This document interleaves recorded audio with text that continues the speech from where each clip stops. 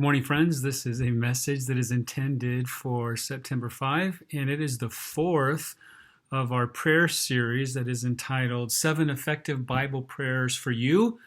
And today's prayer is entitled, Here Am I, Send Me. Here am I, send me. And as you see, we're going to be going to the story of Isaiah in just a moment in chapter 6. But let me start with a little illustration. One little leaguer came up in a very crucial situation in the baseball game. Bases loaded, and sure enough, he was able to get a hit out into left field.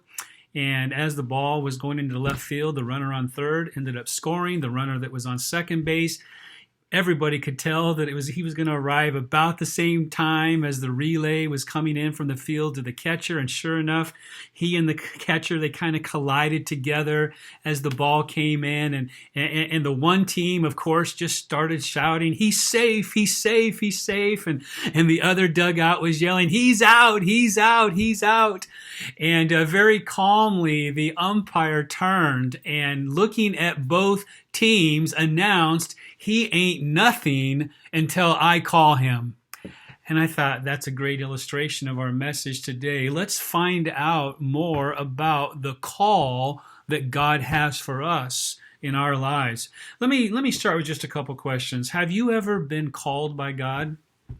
And kind of piggybacking on that question, what do you usually say when God calls? What if God called you this very day? What would you say, and what should you say? Would they be the same thing? And what if I told you and tried to convince you that God is actually calling each of us every single day, and quite possibly multiple times throughout each day. And the way in which you and I answer this call absolutely dramatically changes our lives, the trajectory of our lives, and not only our own lives, but the lives of others around us. So with those questions, do I have your attention already? I hope so. So let me explain a little bit about this prayer that we're going to look at today, offered up by Isaiah. We're going to use his life, this young man who's an Israelite. We're going to use his life to be an example for us about the calling that God has and declares upon us in our lives. So let's give a little bit of the setting. For many years, King Uzziah had ruled with discretion in the land of Judah and Benjamin. Cities were being rebuilt and fortified. The riches of the nations flowed into Jerusalem. And Uzziah's name, the Bible says, was spread far abroad, for he was marvelously helped till he was strong. So we get this great picture of a good king. Now, Uzziah, we know part of his story was not that he was always faithful. Remember the mistake, if you read about his life, that he made with going into the temple and trying to burn the incense himself, and what happened, leprosy, different things. So he did have his moments, but he goes down in the annals of the kings here of being a good king. In fact, he was really one of the last, if not the last, of the good kings. His son, Jotham, he ended up being a pretty decent king as well, but the Bible says that he failed to take down the high places, which is where they offered up to other idols, other gods. So it's a very critical time in God's people's history. The last good king has died, kind of leaving Israel hanging on the precipice between prosperity and destruction. And as a righteous, sensitive young man, Isaiah felt that his country's pain. He ached to do something about what he saw happening with his own people. And as a God seeker, Isaiah longed for this more intimate relationship with God. And God obliged both passions. Not only did he end up having an extremely special relationship with God, but also ended up being used by God to be a blessing to his own people, which he desired. So the very year that Israel's king dies, Isaiah is standing literally under the portico in the temple itself, and all of a sudden he's taken off into vision, And he gets to see this vision, this amazing vision of heaven itself. He sees God himself seated upon the throne in the temple in heaven. And I want to read the first 8 verses. I'm in Isaiah chapter 6. And just listen to this amazing heaven scene that Isaiah is given the privilege to really view and to partake of. So it says in the year, I'm in verse 1, in the year that King Uzziah died, I saw the Lord high and exalted, seated on a throne, and the train of his robe filled the temple. Now, think about this. God, I love this. There's so many things to love about God. One of the things I love about God is God is getting ready to call a prophet, because God's people need a prophet. I love that God does this at just these critical, important times. But I also love that God speaks and shows this vision in imagery that Isaiah would understand and Isaiah would be able to identify with.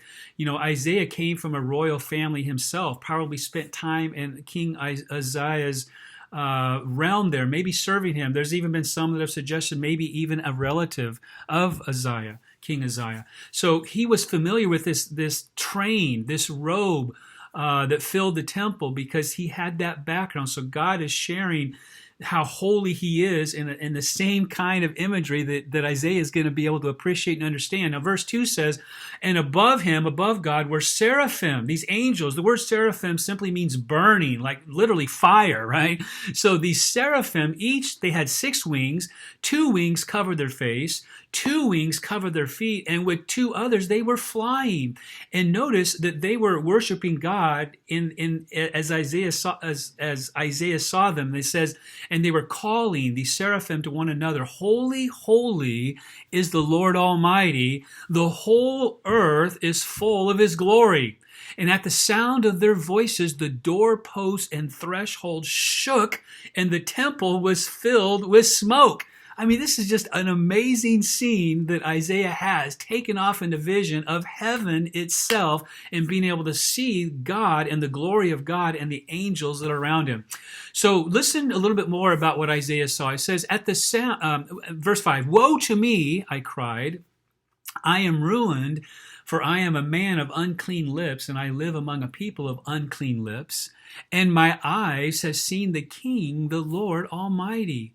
Then one of the seraphim flew to me with a live coal in his hand, which he had taken with tongs from the altar. Again, using sanctuary imagery that Isaiah would absolutely understand. Okay, a live coal taken with tongs from the altar. And with that, the angel took it and touched my mouth and said to me, see, this has touched your lips. Your guilt is taken away and your sin is atoned for. Then I heard the voice of the Lord saying, whom shall I send? And who will go for us?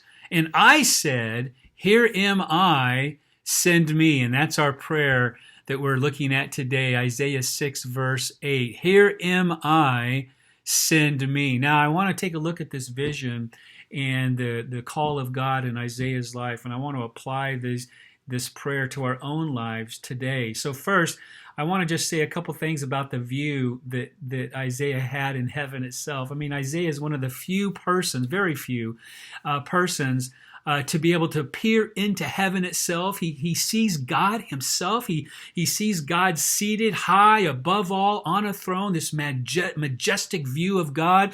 And the whole vision gives this clear view that Isaiah would understand that God is holy. He's very holy. And I love that God just gives this wonderful vision, arrests the attention of Isaiah, because he's getting ready to ask Isaiah a very important question and a calling in his life. And I like the part in the vision, especially where the angels are crying out, they're praising God. And it says that the whole earth is full of his glory. So that's in verse 3. The whole earth is full of his glory. And this is really important because, I'm reminded of Psalm 24 when the psalmist says, the earth is the Lord's and the fullness thereof. So when you and I, whether we're maneuvering through a long season of pandemic, we can remember that the earth is, all of the earth is like God is still seated high above, majestic, he is holy, and the earth is completely, totally, fully under his control, in his charge. He is attentive, and all of the earth is and belongs to the Lord. And for myself, that's extremely encouraging. And I think for Isaiah, in just a moment, when God is going to give this call in Isaiah's life, and it's not an easy call that he's going to give. I mean, and when you read the rest of the verses, like verse 9 through the rest of chapter 6, God doesn't paint a very good picture of how this mission, this calling is going to go. The people are not going to hear. They're going to be like deaf ears, not listening to what you say. But then at the very end, God gives this promise about this seed that will arise, that yes, eventually the people will turn to God and will come. So again, not an easy task. And for Isaiah to remember that God is seated high above, and that the earth is full of his glory, I think was extremely encouraging, and I hope encouraging for us today. No matter what you're going through today, no matter what challenges, no matter what, maybe you have some suffering, maybe you're going through a dry wilderness experience in your own life personally, maybe even spiritually or physically or financially or relationally, that God is seated above, and the whole earth is still, it's full of his glory. He is working and blessing, and God is involved and in charge of what is happening here on earth. So it's important for us to see God as being so awesome, so involved in earth today. Now, I want to go to the next part in this vision that gets into just, this is amazing. So notice the reaction of Isaiah. So Isaiah, when he sees how holy God is, and his reaction is, wait a minute, I'm not worthy to be in this holy God's presence. Like, I'm ruined, he says. I'm unclean. And not only am I unclean, he even adds in the next sentence that the people that I live with, the nation, my family, they also are unclean, God. I can't stand in your presence. And by the way, this is a similar result that whenever humanity, sinful humanity, comes in contact with the holy God, senses his presence, like whether it's Daniel or John the Revelator in Revelation chapter 1, falls down, as being dead, like all strength is taken out of him. This is the reaction because of this sinful humanity standing in the presence of a holy God. Like, we are undone, we are ruined, we are unclean. We sense through the light of the presence of God the darkness and the depth of our ugliness and dirtiness, and we just fall down as if we're dead because we can't stand in the presence of God. But I want you to notice how immediately God responds by sending the angel. Remember, it says that the angel touched his lips with that burning coal from the altar. And notice the encouraging, affirmative words of the angel, your guilt. So God didn't say, no, you're not sinful, you're not guilty. No. God had a solution for Isaiah's sin problem. And by the way, he also has a solution for your sin problem and my sin problem today. And so the angel gave him the words of affirmation and confirmation. Your guilt is taken away. Your sin, and Isaiah would know this next word, your sin is atoned for. So understanding that great sanctuary message of how that all worked and how it was the blood of that lamb that would take away the sin of the world, that would represent the Lamb of God that would come to take away. Like, Isaiah would know completely what was being done, that though he was a sinner, that God was providing a way, a solution for his sin problem and his family's sin problem.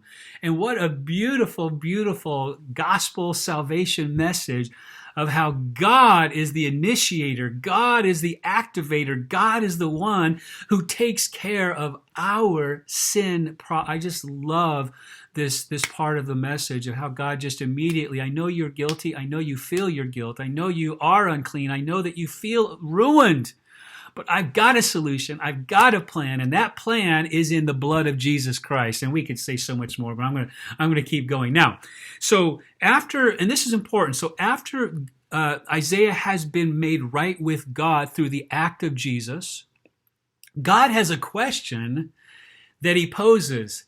And have you ever wondered what God must be thinking? Have you ever wondered what's on the mind of God? not only does Isaiah get a view into heaven, but Isaiah also gets a view into the mind and thoughts of God. This is amazing. So what is it that God is thinking about? What is it that's on his mind? His people. The condition of his children, the condition of Israel.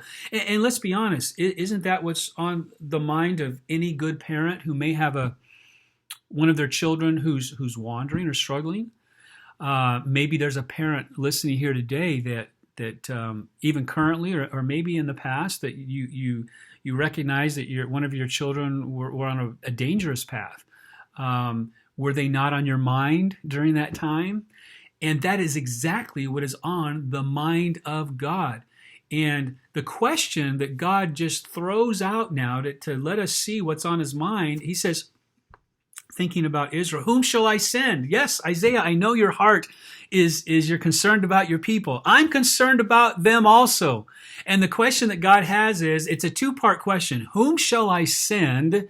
And who will go for us? Who's going to go for either the us is you and I, Isaiah, but it's probably us as in heaven. Like, who are we? It's like heaven is a command center. I was picturing this like Isaiah looks up into heaven and God, it's kind of like this command center, and God is looking over the earth, which all of the earth belongs to him. And he's saying, wait a minute, there's an opportunity here. I need to send someone here. I need to send someone here. I need to send someone here. So whom shall I send? And the second part of the question, who will actually go for us?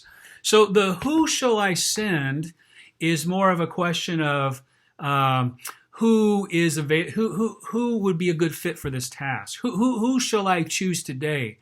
But it's the second question that becomes the difficult part for God, because it requires someone else to participate.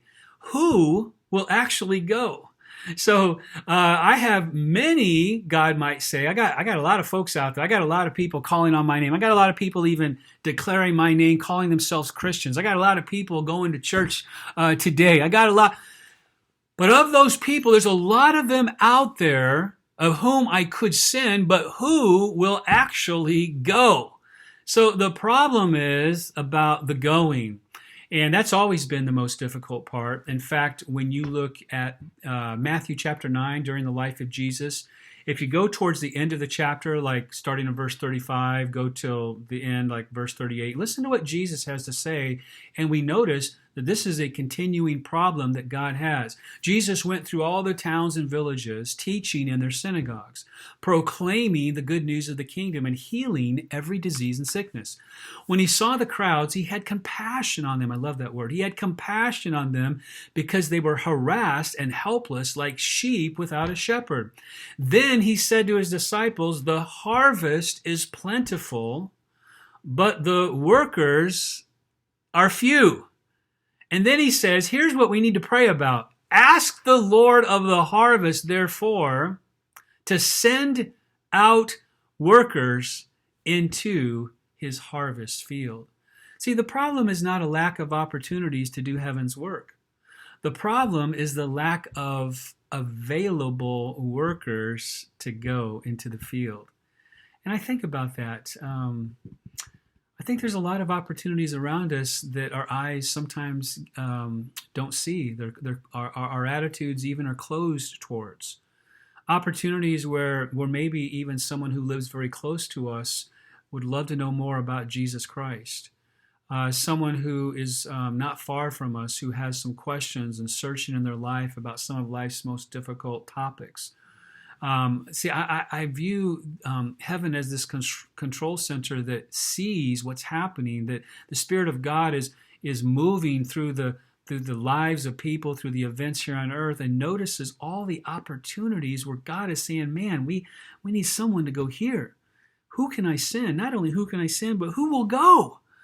And I've discovered in my own life and coming alongside the lives of others that we are let me call it doctorate level excuse makers. We are so good at making excuses, and it's not us. I mean, it's not only us. If we go to the Bible, we find a lot of examples. Moses, right? Oh, I don't have the good enough speech. I have a stuttering problem. He's afraid. Like, don't pick me. Jeremiah said he's too young. Abraham, I'm too old for that kind of thing. Gideon, I'm just a farmer. I'm not talented enough. I mean, all these excuses. And let me just throw out some excuses that to help you identify some that you may even be making today, as God is looking for workers. God is looking for, who am I going to send? Who is going to go?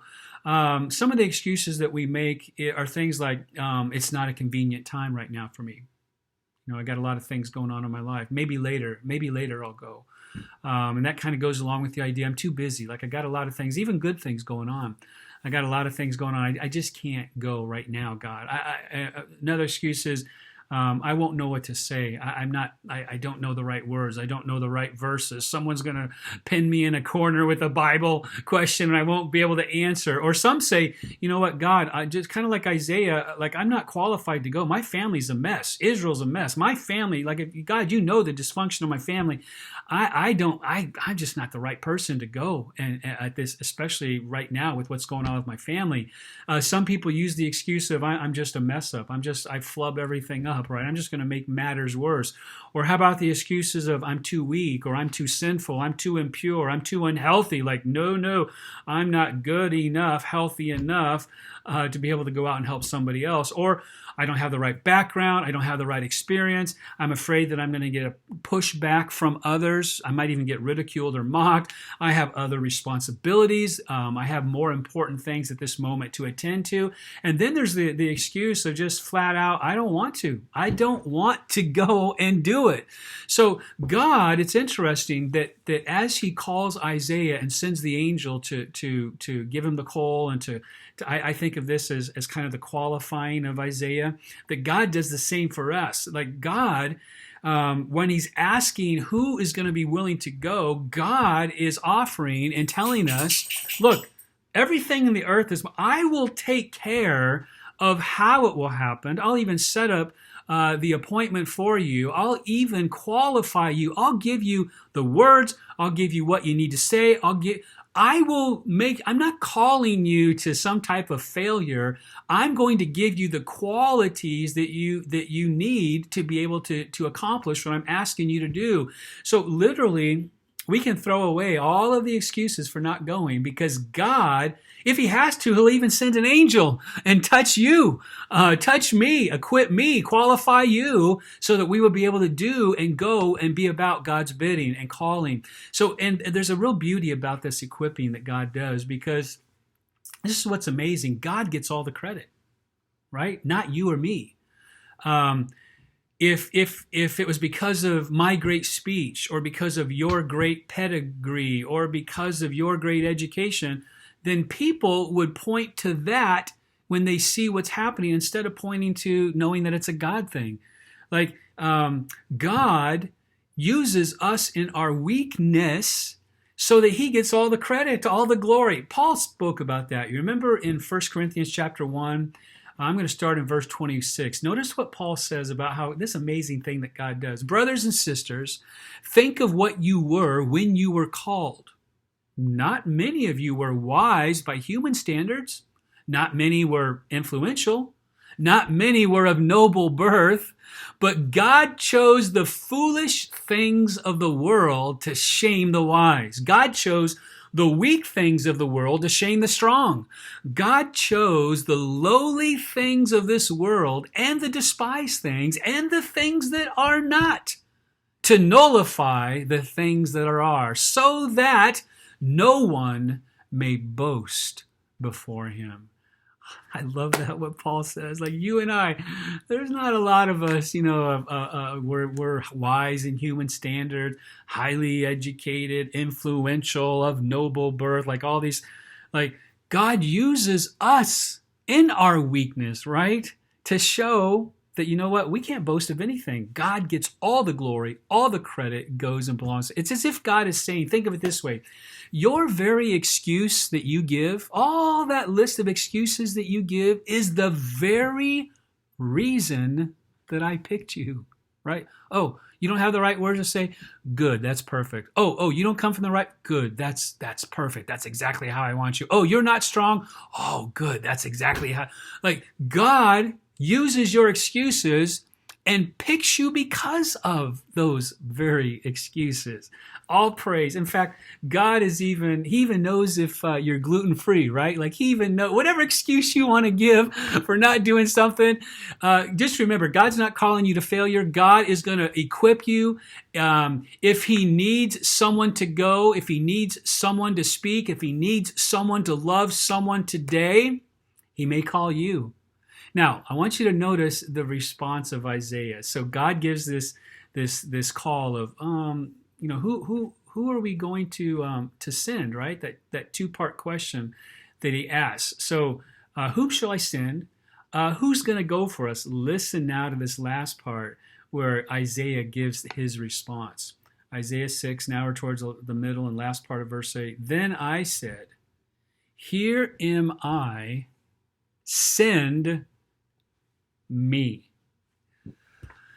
Whew, I just can't help but wonder how many times that God has sent that question to me, has sent that question to you, and his question has fallen on deaf ears. I can't help but wonder how often God's questions go unheeded and the work goes undone, and I am fearful to guesstimate the number of souls affected by the unavailability of no one being able or willing to go for God. You see, Isaiah was available. And my questions for you today are you on the availability list of God? You know, God doesn't need your education. He doesn't need you to have a certain number of capital letters after your name distinguishing your training. God doesn't need for you to be born from a certain noble line or even to belong to a certain church. God doesn't need you to be a great speaker, doesn't need you to be highly talented, doesn't need you to score well on all of the adaptability tests that are given. You know what God needs? There's really one thing that God needs. God needs your availability. And I'm asking you today, are you on the available list for God? For example, if God needs someone to reach a neighbor in your neighborhood, are you the next man up, the next woman up? If God needs someone in the Tri-Cities, can he tap you on the shoulder? If from the command center in heaven, God needs someone to go to America and speak, or needs to be at Albertsons at 6:30 tomorrow evening, or at the church next Wednesday morning, or at the intersection of Keene and Queensgate at 2:30 in the morning, can he send you? What if God needs someone at your workplace? What if God needs someone at your school, or maybe God needs someone at your church? Can God call on you? Are you available to be sent? How about as God looks at your family, what if he sees someone in your family who currently is in a lost condition? What if there's someone in your family who's going down a path that leads to death, maybe even eternal death? You're concerned about what you see in the life. Can God send you to your family? Have you given permission today? Have you made a decision to give permission to God each and every day for God to set up, I like to call them divine appointments? Are you available for God today? Have you clocked in? I want to encourage you today and through this upcoming week to try out a prayer, and I'll just say this about this prayer. This prayer is life altering, This prayer is exciting, and I will admit this prayer is dangerous. But I want to encourage you this upcoming week, when you get up in the morning, to offer this simple prayer. Here am I. Send me. May God continue to bless you today. And I'd love to hear about your upcoming, exciting, dangerous week and the divine appointments that God sets up with you as you make yourself available to God.